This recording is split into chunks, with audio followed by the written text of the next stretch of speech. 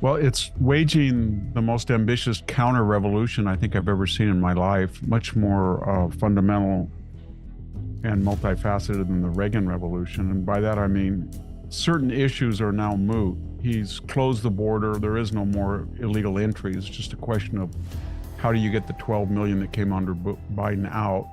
We were told there would be 55,000 short military recruits because of systemic problems with gangs or drugs or competition with private enterprise. That proved to be fallacious. He solved that problem. I don't think I'd ever imagined, as somebody who spent nearly a half century in the university, that he would have them pretty much asking for compromises, and they are now culpable, and they admit they're culpable on anti-Semitism, gouging the federal government on federal grants, systemic racism on theme houses, graduation, safe spaces. So he's really caused a DEI-academic revolution. Victor Davis Hanson breaks down what he calls the most sweeping political counter-revolution in modern American history. One that's reshaping the military, the border, higher education, foreign policy, and the economy all at once. In this powerful analysis, Hanson paints a picture of a president who's not just reversing the progressive tide, but exposing it. Illegal immigration? Blocked. DEI and university corruption? Called out. Military recruitment? Rebuilt. Meanwhile, entrenched institutions are being forced to admit guilt on anti-Semitism, on academic overreach, and on systemic rot. This isn't business as usual. This is a recalibration of American power, priorities, and purpose. And Victor Davis Hanson believes we're only at the beginning.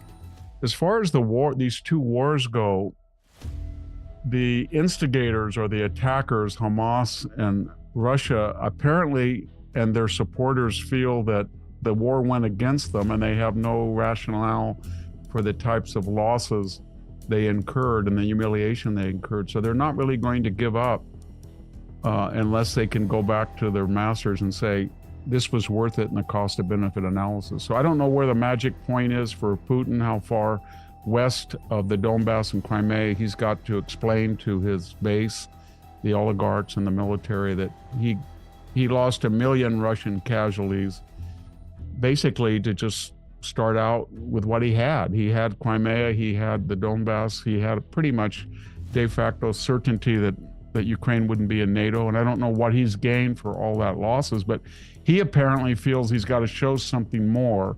And I don't know where that magic line of a DMZ will be, but I think that's what the negotiations are. The other problem with Israel, Scott, is that they've got an existential enemy that tried to, it would destroy the Jewish state if it ever had the capability.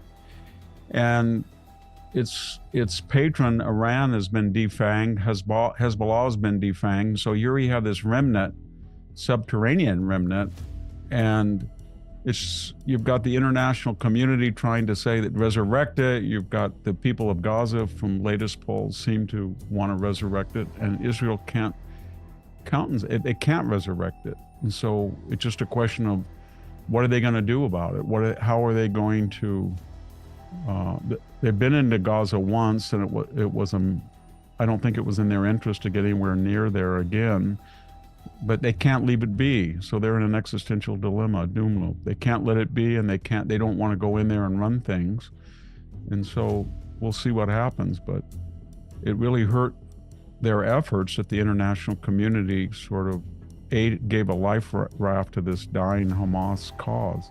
He's in unknown territory. We've never had a president that has pledged his presidency on the assumption that these people who were running vast surpluses with us, China, Japan, South Korea, the EU, they had a profit margin of which we didn't know what it was, but he's saying that they can still make a profit without without in a great deal of raising prices and pricing them out of the US market, and still pay the tariff.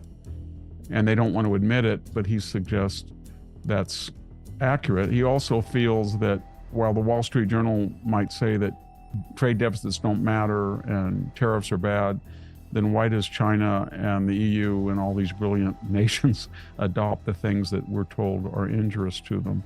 But I guess in the larger picture, what he's trying to do is square the circle. He said that he's not going to cut defense. He's not going to cut Social Security and Medicare.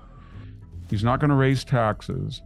And he's going to do all these incentives that will kick in, he thinks, before the midterm. And this is deregulation, investment incentives, lower taxes. But he's got to show some progress in addressing this $2 trillion budget deficit. And the way that he's trying to do it is very interesting. Scott DeSantis said the other day that if the tariffs continue, they might get $300 billion in new revenue. The Doge people think they can get $200 billion in cuts.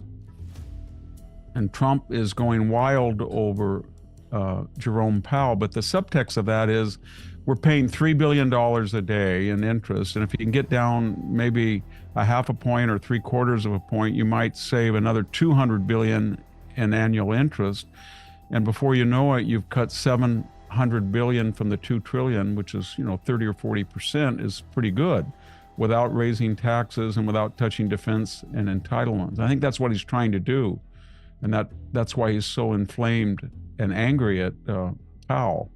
Because Powell, on the one hand, says, when the Wall Street Journal in March and April were saying the stock market's not going to come back, we're going to be in a recession, stagflation, the tariffs are going to cause a trade war.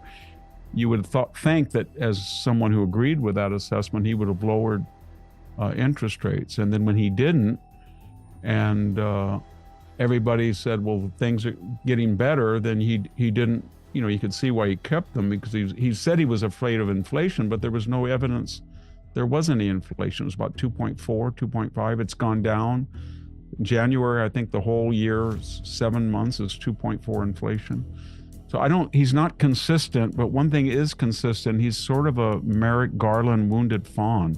He's somebody that had been attacked by the opposition and wounded and never got over it. And too late, Powell, and all of that rhetoric, I don't think he can digest it and be empirical vis-a-vis Trump. And it's tragic because I think the economy justifies a lowering of interest rates, and that would do a lot for the deficit. And more importantly, it would get a lot of people in homes they can't afford. But I don't think he's going to do it in the same way that Merrick Garland just seemed to be obsessed with going after Trump, although in a Kendall-Stein way. I think what happened was they were very, as you said, they got ahead of their skis. They were very enthusiastic when they saw the initial evidence. They thought this would be another sign that the Trump administration is far more transparent than their predecessors.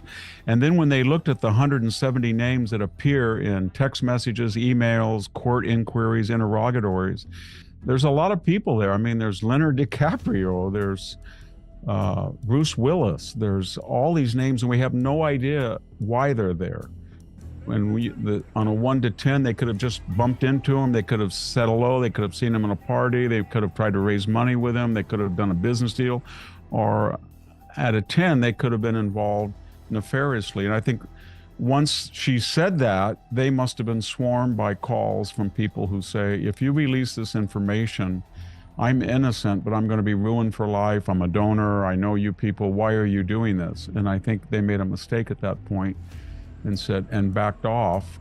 And now I think they're trying to correct and say, you know what, whatever damage we do by letting the names out and letting people adjudicate for themselves the degree of culpability, it's a lot more damaging to try to keep it under wraps. If there had been incriminating information about Trump or major conservatives, it would have been leaked under the Biden administration. We know that. They leaked everything. They leaked everything about the Jack Smith, the Fani Willis. It was just like Russian collusion under the first Trump admin. They leaked. So I don't think there's anything there that's particularly embarrassing to Trump. If you enjoyed today's video, don't forget to give it a thumbs up and share your thoughts in the comments below. Make sure to subscribe and click the notification bell so you never miss out on our latest content.